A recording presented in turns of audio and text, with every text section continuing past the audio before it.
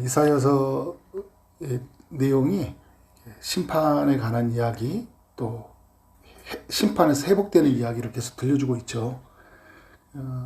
3장 1절부터 4장 1절까지는 심판받는 세상의 이야기라면 4장 또 2절부터 6절까지는 심판에서 회복되는 이야기를 우리에게 들려주고 있습니다. 1절은 심판받는 세상에 관한 이야기예요. 1절을 보니까 그날에 7 여자가 한 남자를 붙잡고 말하기를 우리가 우리 떡을 먹으며 우리 옷을 입으리니 다만 당신의 이름으로 우리를 부르게 하여 우리가 수치를 면하게 하라 하리라. 7 여자가 한 남자를 붙잡고 말한다는 게 뭐냐면 이제 남자가 사라진 세상을 보여주고 있죠. 어떤 재난들로 인해서 남자가 사라진다라는 거예요. 전쟁을 두고 이야기하는 것 같아요. 전쟁이 일어나면 남자들이 많이 죽잖아요. 그래서 여러분 마지막 날에 보면 민족과 민족이 이렇게 대적하는 이런 일들을 이야기를 하잖아요. 성경의 역사가 심판을 받을 때 그런 전쟁, 이런 내전, 이런 것들에 대한 이야기를 합니다. 이 전쟁이 일어나면 남자들이 많이 죽는다라는 거예요. 그래서 여러분 이제 7 여자가 한 남자를 붙들고 우리가 우리 떡을 먹으며 우리 옷을 입으리니 당신의 이름으로 우리를 부르게 하여 우리의 수치를 면하게 해주라. 이런 세상을 맞이하게 된다라는 거예요. 근데 여러분 이게 죄의 결과로 인한 심판의 모습이거든요. 죄의 결과는요, 결핍, 부족의 현상이 일어나요. 그러니까 심판이 일어나면 어떻게 우리가 늘 가지고 있었던 것들이 당연한 게 아니에요. 죄의 결과가 있을 때 어떤 것들이 우리에게서 사라지는 것들을 보게 된다라는 거죠. 그리고 사람들 안에서 윤리가 붕괴가 되어지죠. 7 여자들이, 그죠? 한 남자를 어떻게 해요? 남편을 삼으려고 하니까. 이게 정상적인 사회 구조가 아니잖아요. 남자가 없다고 해도 어떻게 해요? 창조의 원리를 거스리는 이런 일들이 일어나는 거예요. 그러니까 여러분, 그래서 악순환이라고 이야기하는 거죠. 어떤 일이 생기면, 잘못된 일이 생기면 어떻게 해요? 그 다음부터 계속 잘못된 일로 돌아가요. 세상은 더욱 이제 험난해지고 어려워지는 거죠. 죄의 결과는 이렇게 무서운 거예요. 심판의 모습들은. 우리 하늘에서 불이 떨어져가지고 다 죽는 것만 생각하잖아요. 사는 자체가 완전히 다 무너져 버려요. 우리 삶도 보면 그래요. 죄의 결과가 오면 완전히 무너져 버려요. 그래서 여러분, 우리가 죄로부터 돌이키는 거, 그래서 온전한 회복을 입는 것은 너무나 중요한 일이죠. 우리 이게 너무 감사한 일은 뭐냐면 성경은 우리에게 회복에 관한 소식을 우리에게 들려준다라는 거예요. 자, 2절에 보니까 이제 회복되는 세상의 이야기를 우리에게 들려주고 있죠. 그날에 여호와의 싹이 아름답고 영화로울 것이요. 모든 것이 다 무너지는 날. 그런데 여러분, 다시 모든 것이 새롭게 소생하는 날이 이루어져요. 하나님은 우리를 새롭게 세우시기 위해서요, 우리 모든 것을 무너뜨리셔요. 그래서 어떻게 해요?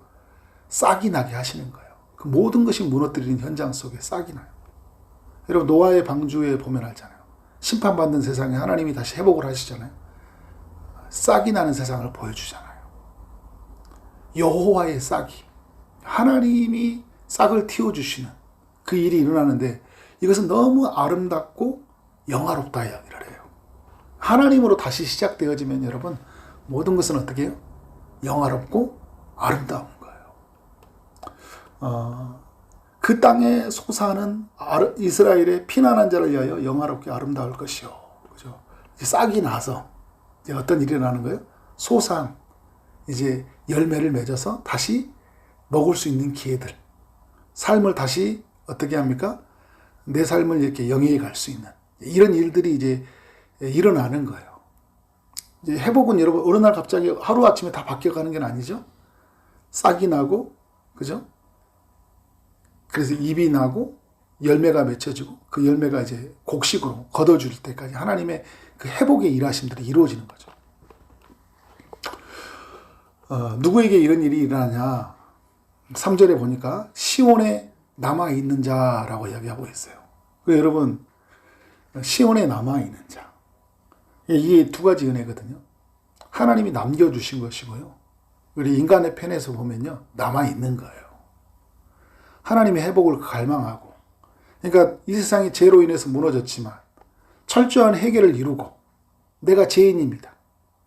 내가 하나님 앞에 하나님을 떠났고, 그러로 말미암아 이런 결과가 일어났다는 것을 알고 철저하게 하나님 앞에 서는 사람, 이게 믿음으로 서 있는 사람이고, 이게 남아있는 사람들이거든요.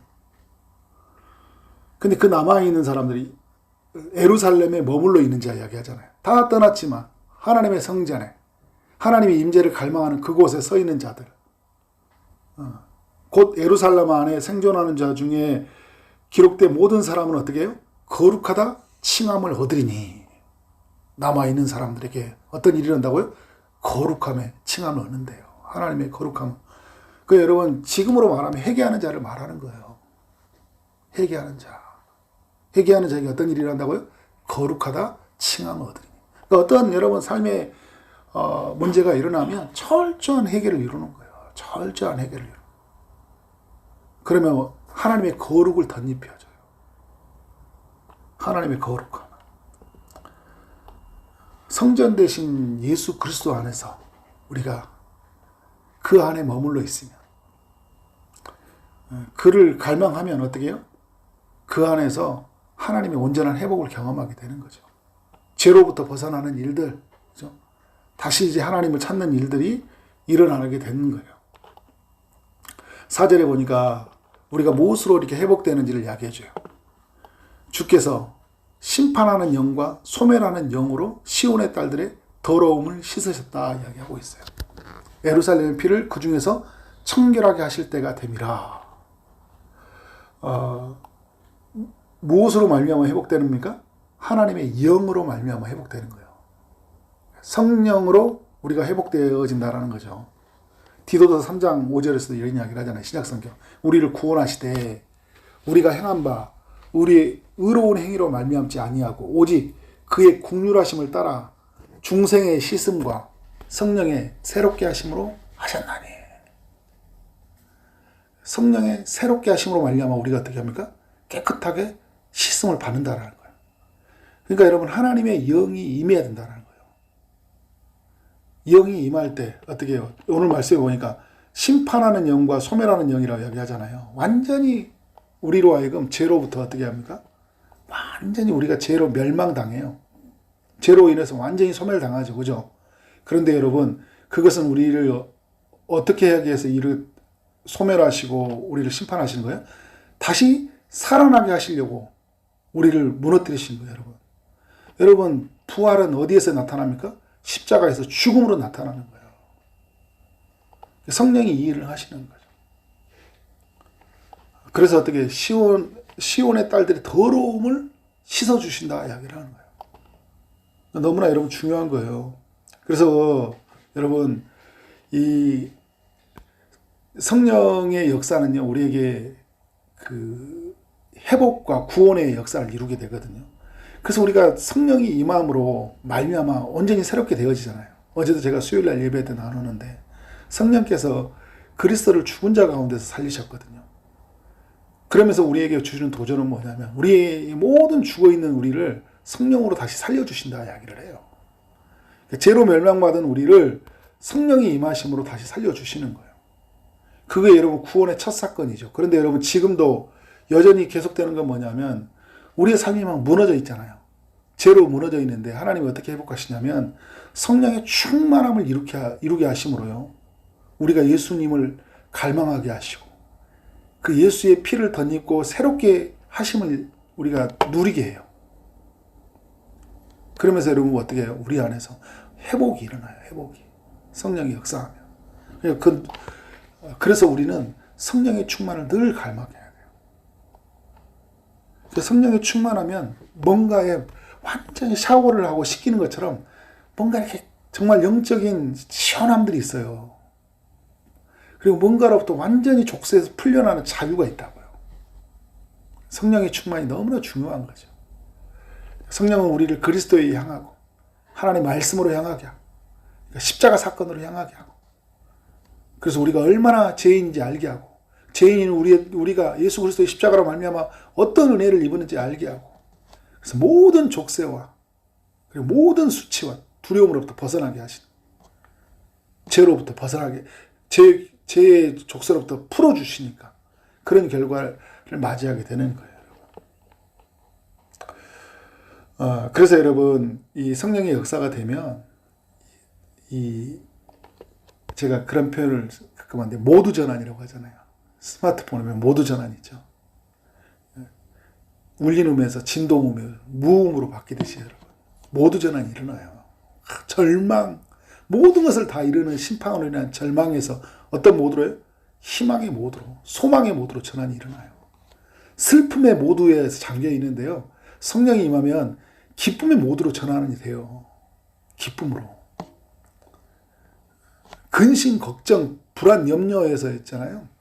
하나님의 성령이 임하면 기쁨과 감사와 기대로 바뀌는 거예요. 그러니까 우리는 여러분 상황을 보고 어떤 일을 보고 막 그 상황에 너무 절망스럽게 빠져버리잖아요. 근데 하나님의 성령이 임하면 어떻게 해요? 우리의 삶을 언제 그런 듯이 바꿔버려요. 그러니까 우리는 여러분 어떻게 해요? 하나님의 영을 구하는 거예요. 소멸하는 영, 심판하는 영으로 우리에게 임하심으로 우리의 죄를 불태우시고 우리의 죄를 잠재우시고, 그죠? 우리를 완전히 새롭게 하시는. 지금도 그래서 우리 늘 성령이, 오늘 또 여러분 새벽에 기도할 때 성령이 임하시옵소서, 내 영혼에 임하시옵소서, 내 인생에 임하시고 우리 공동체에 임하게 하시고 우리 가정에게 임하시옵소서.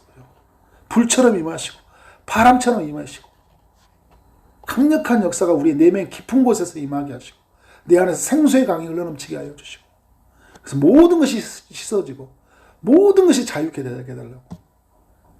그래 여러분이 그때 막 여호와의 싹이 나서 막 내 안에서 막 새롭게 막 일어나는 그 일들을 경험하는 거예요. 자, 5절과 6절은 이제 회복을 맞이하는 세상을 보여주고 있거든요. 여호와께서 거하시는 온 시온산과 모든 지폐 낮이면 구름과 연기, 밤이면 하염의 빛을 만드시고 그 모든 영광에 덮개를 두신다 이야기하잖아요. 자, 3절에 보니까 남아있는 자, 예루살렘에 머물러 있는 자, 예루살렘 생존하는 사람들에게 거룩함을 입은다고 했죠. 하나님의 성전 안에서 남아있는 자, 예수 그리스도를 바라보는 자들에게 하나님의 거룩함을 입는데, 5절과 6절에는 그러면 정말 그들에게 어떤 일이 일어나냐, 시온산 모든 지폐 구름과 연기, 하염의 빛을 만드신다는 건 어떤 말이에요? 하나님의 임재한다는 거예요. 5절과 6절, 초막이 있어서 낮에는 더위를 피하는 그늘을 지으며 또 뭐겁니까? 풍우를 피하여 숨는 곳이 되리라. 그러니까 뭔가 지금 이스라엘 백성들에게 보여줬던 어떤 그림과 연결시켜요? 성막의 그림과 연결시키죠. 그죠? 성막에서 하나님의 임재가 있는 그곳이 그곳과 연결을 시키잖아요. 무슨 말입니까, 여러분? 우리가 여러분 이 온전한 회복을 경험하면요, 경험한다는 건 뭐냐면 하나님의 임재 가운데 온전한 삶을 누리게 산다는 거예요. 하나님의 임재 가운데서 하나님이 거하시는 삶, 하나님이 함께하는 삶, 하나님이 거하셔서요, 하나님이 함께하고 그 하나님의 임재로 우리를 충만하게 하셔요. 덮개를 두신다 이야기하잖아요. 그죠? 덮개를 두신다. 그러니까 우리를 성막을 삼으셔서 하나님 임재하시는데, 그것에서 여러분 우리는 정말 이 세상에 피할 수 있는 그 은혜를 누리게 되는 거예요. 그래서 여러분 그 6절에 보니까 더위를 피한다 이야기하잖아요. 풍우를 피하여 숨는 곳이 된다. 그래서 여러분 그것은 이제 어떤 것이에요? 하나님이 피하는 피난처가 되는 거예요. 우리 소돔 땅에 보면 소돔에서 나오는 그 롯 가정을 위해서 피난처가 예비되어지잖아요. 그죠? 그리고 노아의 방주에서 피난처가 어디에 예비됐어요? 방주가 예비되어지잖아요. 그죠? 심판 중에 우리를 심판을 피해갈 수 있는 곳이 바로 하나님의 마련하는 초소이고, 그곳에 하나님이 강력하게 임재하셔서 우리에게 은혜를 주시고, 그것은 우리에게 쉼터가 되는 거예요. 영원한 쉼터가 되고, 그것은 우리에게 안전한 보호의 장소가 되는 거예요. 그래요, 여러분. 그래 너무 힘든 세상 중에, 어려움 중에 뭐냐면, 여호와께 나아갔더니 우리의 영혼이 그곳에서 쉬고요, 우리의 삶이 그곳에서 안전함을 누리게 되는 거예요. 이게 여러분, 이게 회복된 사람들이 맞이하는 기쁨이에요. 세상은 완전히 절망이에요. 사람들에게는 막 이런 너무 큰 이익이 어려움들이에요. 그런데 여러분, 하나님의 심판에서 회복되는 사람들은 그곳에서 안전함을 누려요. 쉼을 누려요. 여러분, 이게 이제 예수 그리스도 안에서 이루어지는 세상의 이야기를 지금 오늘 이 성경에서 우리에게 모형으로 보여주고 있는 앞으로 이루어질 세상. 근데 우리 놀라운 건 뭐예요? 우리는 예수님으로 말미암아 이 은혜를 누리게 되었다는 거예요. 우리는 그곳에 쉬게 되었잖아요. 그곳에서 우리는 여러분 가장 안전함의 그 장소를 누리게 되었잖아요. 예수 안에서. 그 얼마나 우리가 귀한 일이에요, 여러분. 이 은혜를 우리가 누리게 되었던 것들을 우리가 어떻게 해요? 이제 갈망하면서 다시는 제 자리를 서지 않는 거예요. 그렇지만 우리가 여러분 살다 보면 이제 또 그 영적인 침체와 또 여러 가지의 그 죄로 인한 우리의 불순종으로 인해서 또 여러 가지 또 삶의 고통이 있거든요. 우리가 철저하게 해결을 이루고 하나님 앞에 서면 어떤 일이 일어납니까? 오늘 일어난 같은 성령의 역사하심이 우리 가운데 일어나고 그 강력한 임재 가운데서 주신 은혜를 누리며 한편에서는 쉼을 누리고 또 어쩌기서는 어떻게 해요? 안전함을 누리게 된다는 거예요. 이런 은혜가 오늘도 이루어졌음을 알고 그 은혜를 갈망하며 주께 부르짖는 하루가 되어지기를 주님 이름으로 축원합니다. 네, 기도하겠습니다. 하나님 감사합니다. 주님, 이사야서 4장을 통해 우리 모두에게 교훈하시고 또 우리에게 은혜 주시니 감사합니다. 죄의 결과로 심판받는 세상이 결핍과 부족과 또 여러 붕괴가 있다는 것을 알게 하신 주님, 그러나 예수 그리스도로 말미암아 회복되어지는 세상은 또 싹이 나고 열매 맺음이 있고 성령의 새롭게 하심이 있고 또 하나님의 임재로 말미암아 안전한 보호와 쉼이 있다는 것도 알려주시니 감사합니다. 너무나 감사한 것은 우리가 예수 그리스도 안에서 믿음으로 말미암아 이 모든 것을 누리게 하시니 감사합니다.